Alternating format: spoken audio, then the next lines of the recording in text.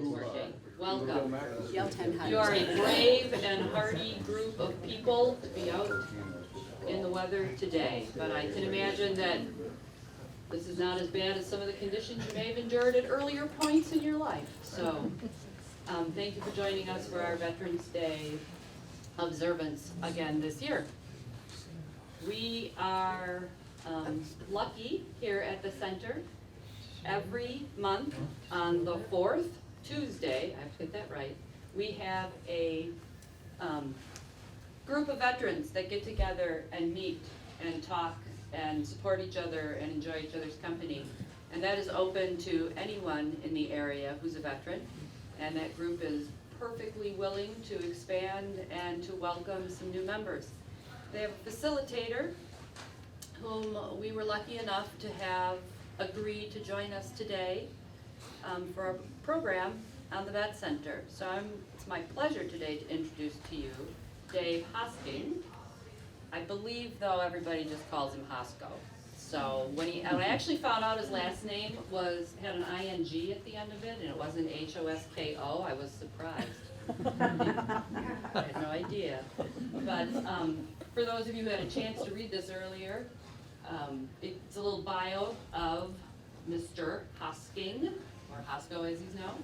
He's a Madison native, and he had a stint in the Army before a stint in the National Guard, and then many years of employment at the Vet Center. And he's joined us today to talk some about what the Vet Center has to offer for veterans. I don't think that all of us have a full appreciation of the wide variety of things that are available at the Vet Center. So he's got a presentation for us, which we'll let him do. And when he is done, before you go off to a nice warm lunch, I will have just a couple of announcements for you. Oh, I see one more coming in the door just on time. So you've got your own mic over there. Those who wait. We'll wait. Okay.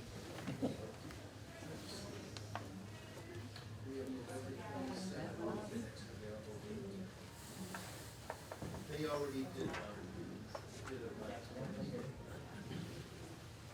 I'm gonna dim lights a little bit. Okay.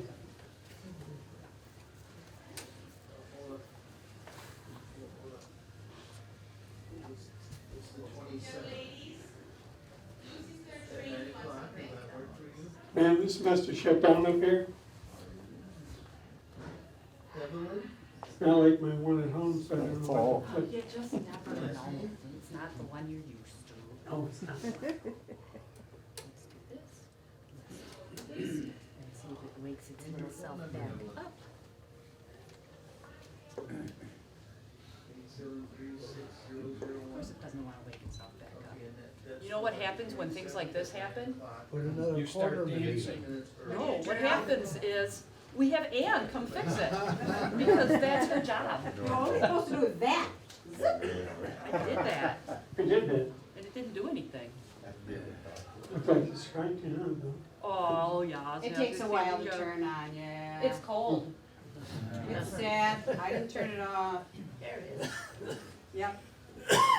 We'll dim the light. Well, I'll say that anyway. Good morning, everybody. It's a pleasure to be here.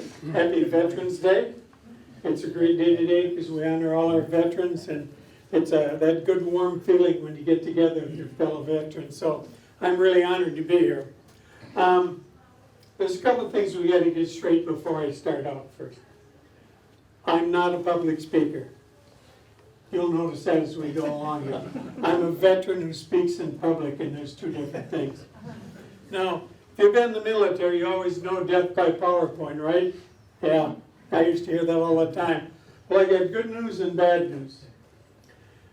The bad news is I got a PowerPoint. The good news is no one has ever died from my PowerPoint, so relax, we'll be fine. You know, PowerPoints don't have to be boring. You're going to see pictures in my PowerPoint have nothing to do with what I'm talking about, okay? It's just something for you all to look at instead of looking at me. So I work for the Vet Center. We do readjustment counseling for combat veterans and their families. That's talking boots on the ground in a combat zone. We do make some exceptions. Number one, anybody sexually traumatized or sexually assaulted on active duty can come to us for counseling. Do not have to be a combat veteran.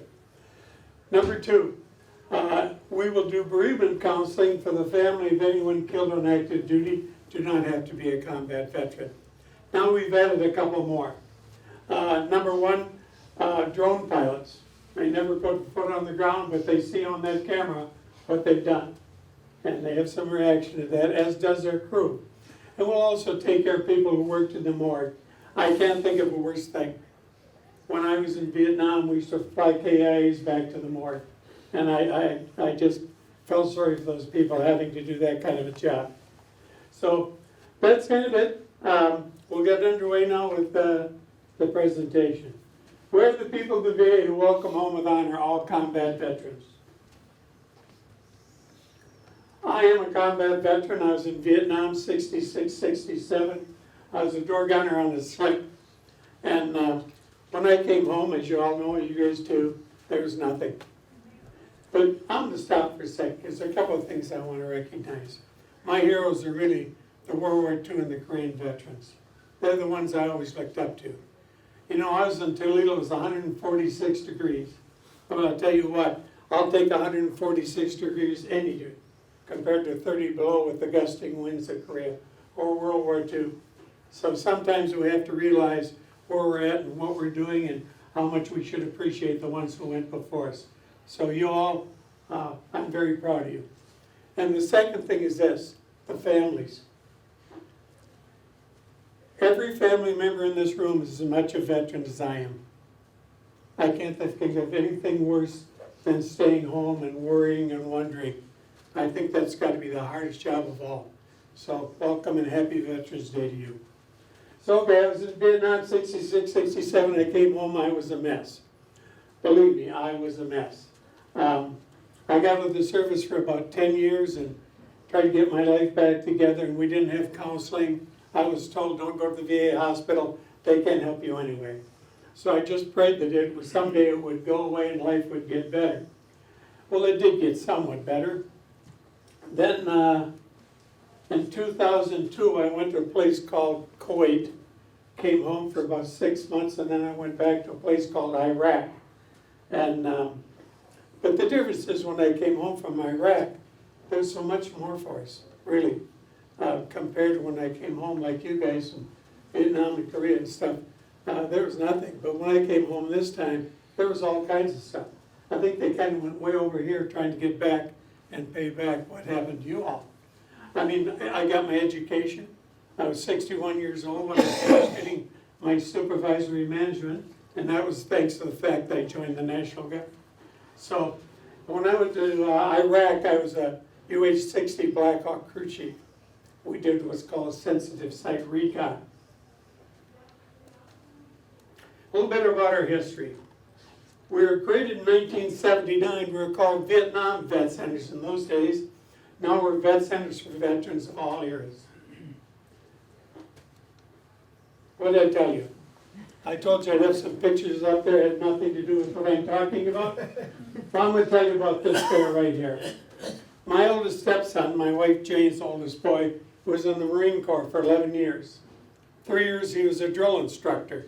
And every drill instructor has a hound dog, it seems like. They got to have that hound dog, you know, the Marines.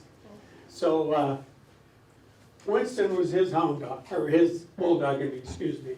You see, he's a trained killer right there, right?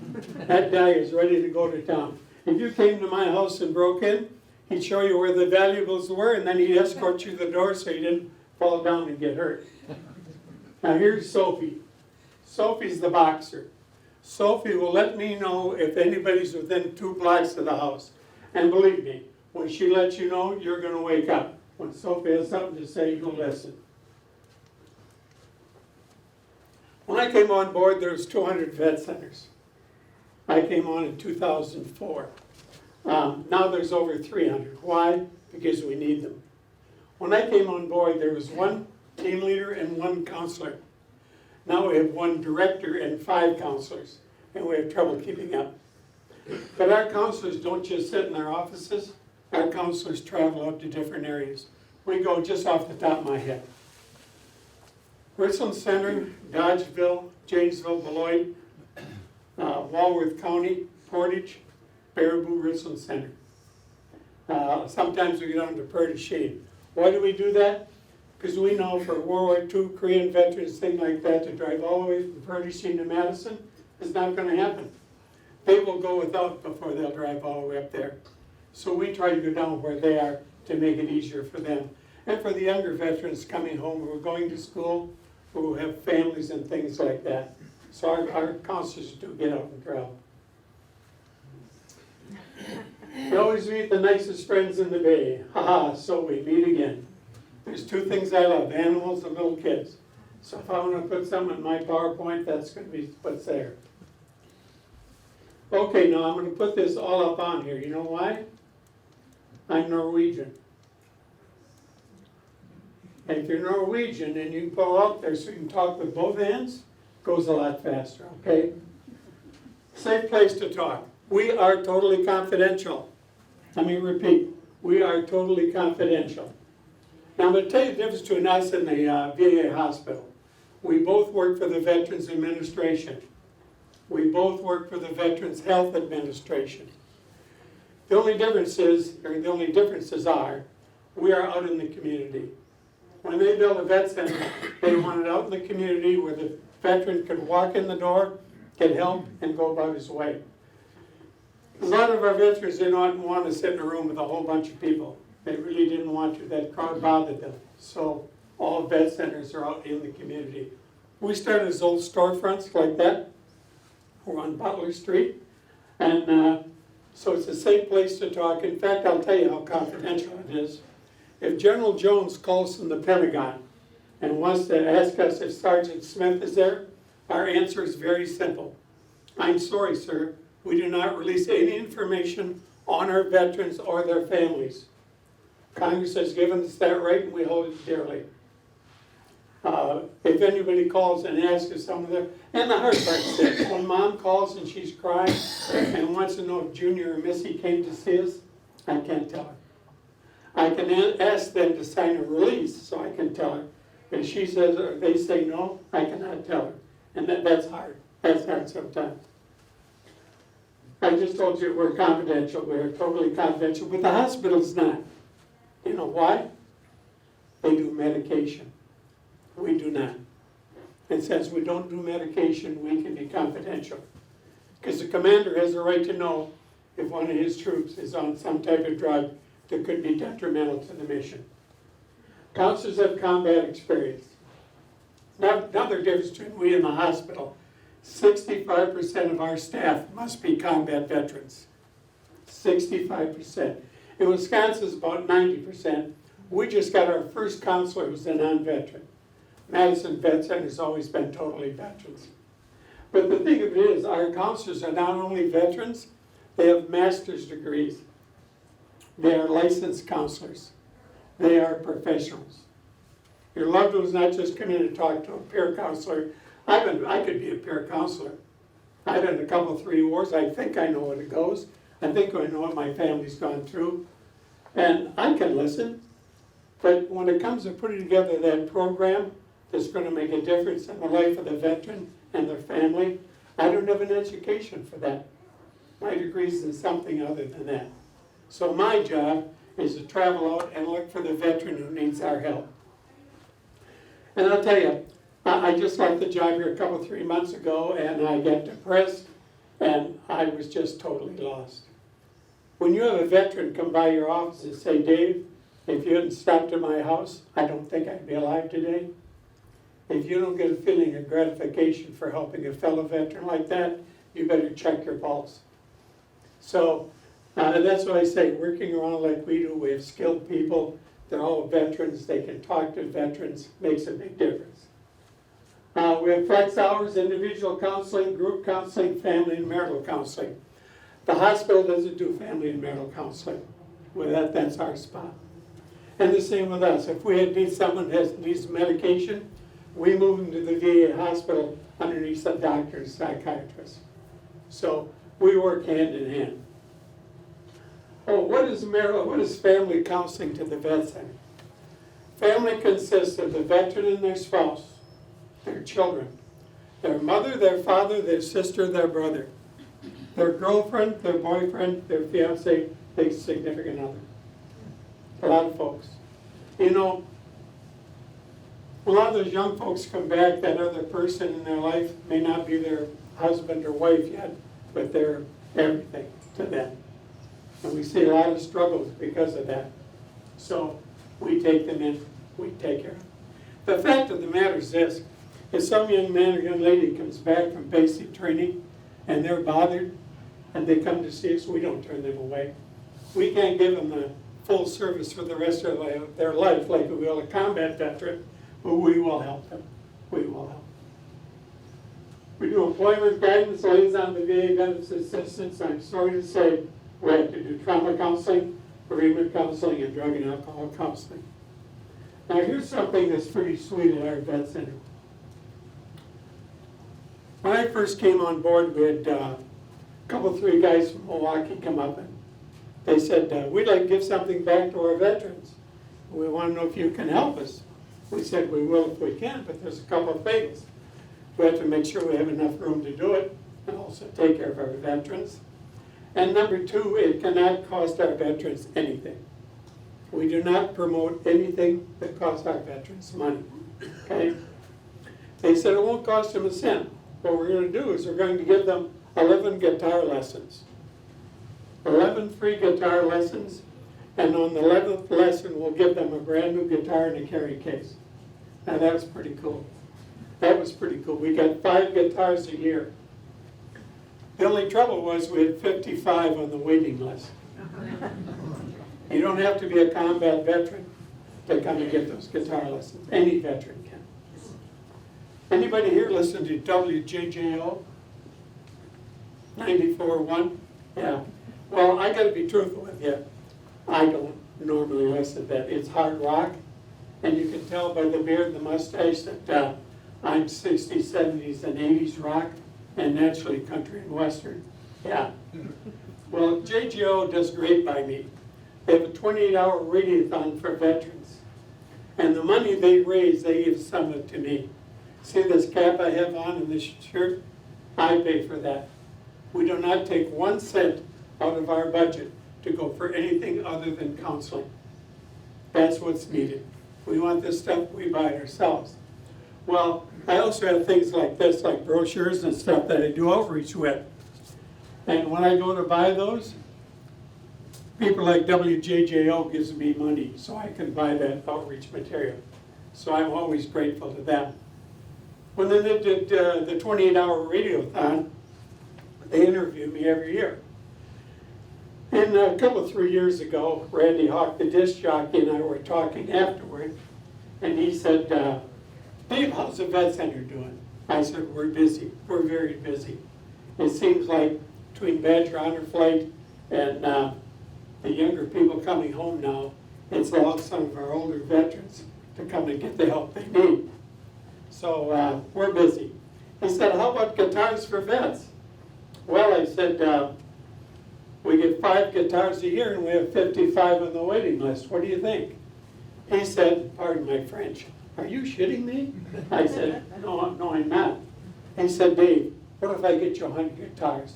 What if I get you 150 guitars? What if I get you 3 or 4 more instructors? We can get that list taken care of, Dave. And I said, pardon my French, are you shitting me? He said, no, I'm not. He said, we can do it. We can do it. They came on board with all those guitars and those instructors.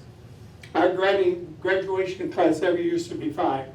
At the end of the program, they would come in, we'd give them a guitar, and that was it.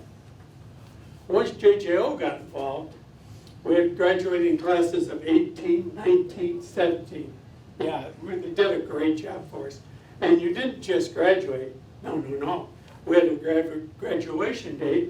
JJO came in with pizza, sodas, and everything, and usually some rock band that would present the guitars to the veterans. So every morning on my way to work, I listened to JJO. I'm kind of like to pay back something for what they've done for our people. Pardon my voice, I'm having a little problem with some things these days. Okay, anger management. When anger is someone, it helps us sit down and think about the problem. See, PowerPoints don't have to be boring, they really don't. That's the original vet center I got hired in. That's what a vet center looks like. It was down on Butler Street. It was old. I remember Mom and the kids would come in and we'd say, well, you want to sit on the couch? And they'd look at that little couch and say, no, that's okay, we'll stand. So finally we said, we got to get out of here. So we moved. Anybody know where Willie Street is? Yep. You want to go back to the 60s in a hurry? Go on down Willie Street, that's where you go. So we moved into this building right here. You notice we're on bus routes. We always try to be as accessible as possible. So we had to make a command decision. They told us they're going to tear the building down and build a high-rise. You ever tried to build a high-rise on Willie Street? It's not very easy to do, folks, I'll tell you that right now. 3 years later, that was still sitting there. We needed to make a command decision, so we decided that we would move out before they tore the building down. We thought it'd be a lot easier. So from there we went to, anybody know where Oscar Mayer is? Yeah, I worked there for 30-some years. And I thought I finally got away from Oscar Mayer. We moved into our new vet center in the Northgate Shopping Center, 1 block behind Oscar Mayer. In fact, I don't know, for lunch one day, and when I went back, I went driving down the street to Oscar's. Halfway down the block, I said, hey, you idiot, you don't work there anymore, turn around. But they took that, there was a restaurant in this building. Anybody remember that? It's the Northgate Shopping Center. But the VA vetted the building out totally and put in a beautiful vet center. I like to say right now our vet center is up to the level of the veteran and the family we serve. And it's about time it should be like that.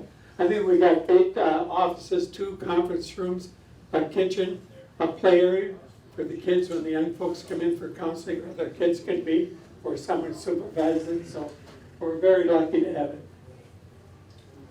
Here's where our vet centers are located.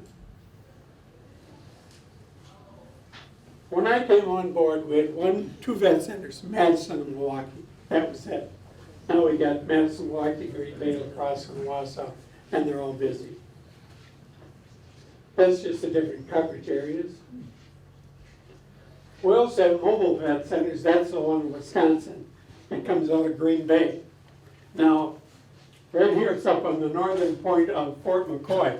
The young man up there's dad had heart surgery, and he couldn't get him on the cell phone. He was worried with that dish on top, we could get a hold of Dad. We could find out that he was okay, so the young man wasn't worried. We have a whole fleet of them. In fact, we share them with Homeland Security. When there's a hurricane, tornadoes, or whatever, Homeland Security will then use these for command centers. With all the IT equipment on top, they can do a lot of stuff. We also found out, like on a day like today, if you're driving this on the highway around here, not too good. They're more like a skate than anything else. You'll know when you see it. That was my first sergeant right there. He looked just like that until the day I retired for some reason. But you know what? Without him, I wouldn't be standing up there. He called me one day and said, Hosko, I got the perfect job for you. I said, what's that? He said, do an outreach for the vet center. I said, what's a vet center? Well, he said, remember we came back from Iraq? They had that regional training going uptown here? I said, yeah. And you sat on that panel? I said, yeah. He said, that's the vet center. I said, I'll be damned. So anyway, I ended up working for the vet center. That's our team in Madison. I'm going to tell you about this young man right now. His name's Joe Lunsford. Lives in Janesville, takes care of that area. When he came in to see what a vet center was like, he'd seen a mobile vet center, and he wanted to see what brick and mortar was like. So I said to him, I said, Joe, what did you do in the military? Well, he said, I flew an OH-58 Kiowa. Oh, I said, Joe, I was an Aero Scout. I flew an OH-58 Kiowa. I said, what'd you do after that? He said, well, I flew a Black Hawk. I said, Joe, in Iraq and Kuwait, I was a Black Hawk crew chief, so him and I were just thick as could be. I said, is that the last thing you did? He said, no, I became a chaplain. I looked at him and said, Joe, Hawk pilots should go and talk to chaplains, not be chaplains, okay? And I said, how'd that happen? He said, I'll tell you what. One day a young man came up to me in private and said, Joe, you ought to be a chaplain. He said, we need help, we always come to you. And he said, nah, I never thought about that. About 2 weeks later, he's flying the instructor pilot. Instructor pilot said, Joe, you ought to be a chaplain. You're like a magnet. He said, the young people in the battalion, if they got a problem, they go find Joe, because Joe will help them. And so he said, nah, he said, I talked to God in slope landings and bad weather takeoffs, and they laughed about it. Then the third guy came to him, said, Joe, you ought to be a chaplain. The way people attract you and look what a great guy you are. He said he walked outside, he looked up at this guy and he said, okay, God, you came for me 3 times. I guess it's time for me to become a chaplain. So Joe did. He told my boss the story. He said, Joe, I'm hiring a counselor next Thursday. You give me an application and a resume, I'll be happy to interview you. What she did, we hired him. If you get on around Janesville, Watertown and there, they'll tell you what a great guy he is. He's not perfect. Don't ever kid yourself. Joe is not perfect. Joe's a Bear fan. Yeah. You know what else? Joe's a Cornhusker fan.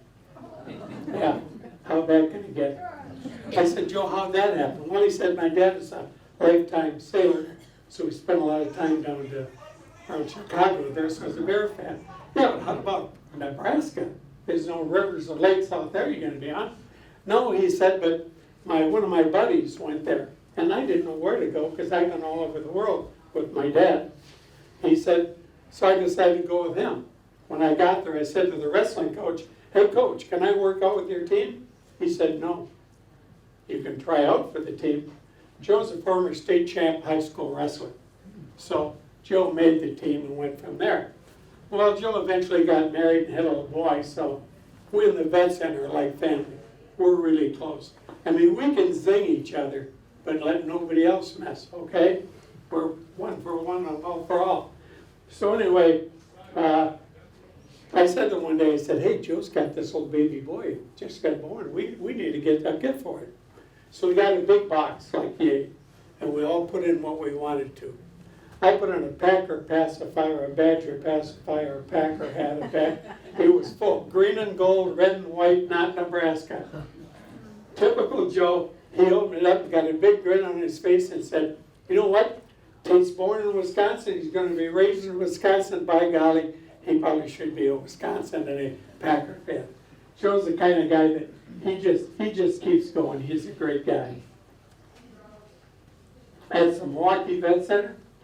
Now here's Green Bay.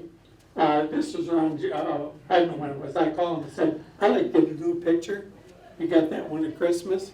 And young lady on the right here, who drives the mobile vet center, by the way, told me, she said, Dave, be patient. In a few more months, our picture will be right in style again. So I just left it. La Crosse Vet Center, La Salle Station. Everything we do is confidential. Don't overstress, for goodness sake. Why don't we get counseling excuses? My family and friends will think I'm crazy.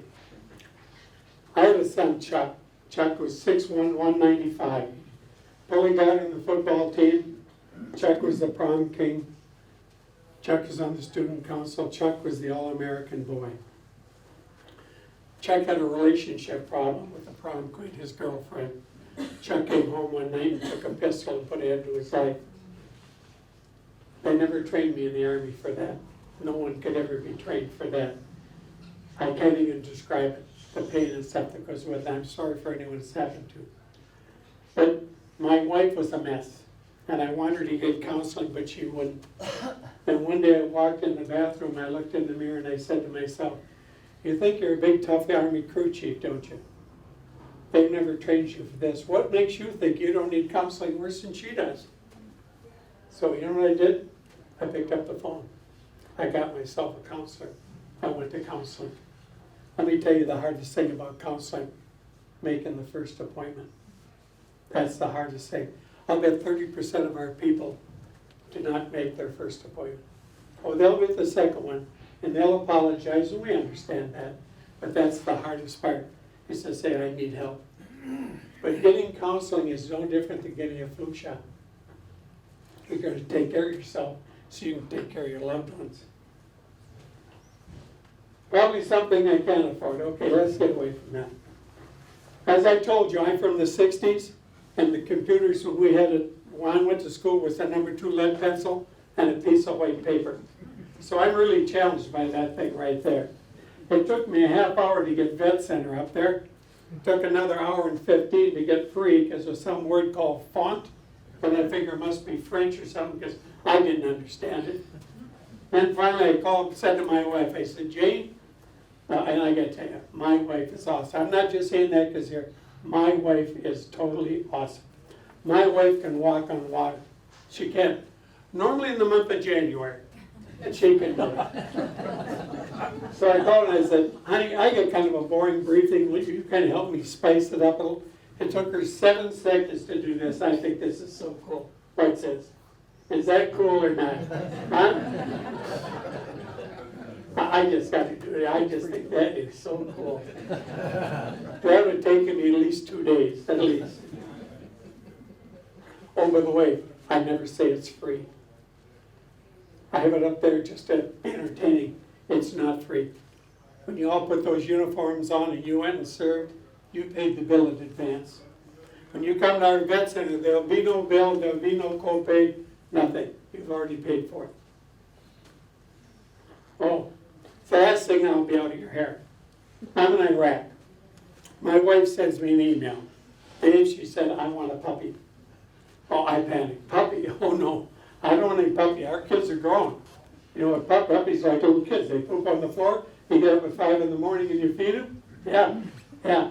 So I got right on there. Honey, I'm sorry, no puppy. The kids are grown. I hit send. What did they tell you? Don't hit send for 10 seconds. Think about what you put on there. So all of a sudden, I do what I do a lot. I get back on there again. I'm thinking to myself, my wife's working a job, mowing the lawn, cleaning the house, painting. My God, she's got five jobs. And all I'm doing is flying around Iraq in this Black Hawk. I got right back on. I said, honey, dog, cat, rhinoceros, hippopotamus, you get whatever you want, okay? Didn't wait 10, I hit send. That's not a puppy. I don't care how you cut that. It looks like Marmaduke, don't he? Yeah. I don't care how you cut him up. But the big thing is, her dad's, he's an awesome guy. He was a World War II and Korean veteran boy. He loved that dog. So that dog went to live with them and we're all happy. Everything is confidential. The next picture coming up is my favorite picture in the whole thing. Do you have any questions, or are you just sitting there looking pretty? When I found this picture and I knew he had to be part of my presentation, you know what it said around his picture? It said, you're going to take my temperature? How exactly?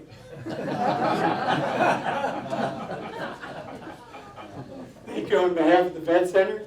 And the reason I tell you this is not that I think you need counseling, but I think you may know that guy down the street, or that guy in your VFW or American Legion.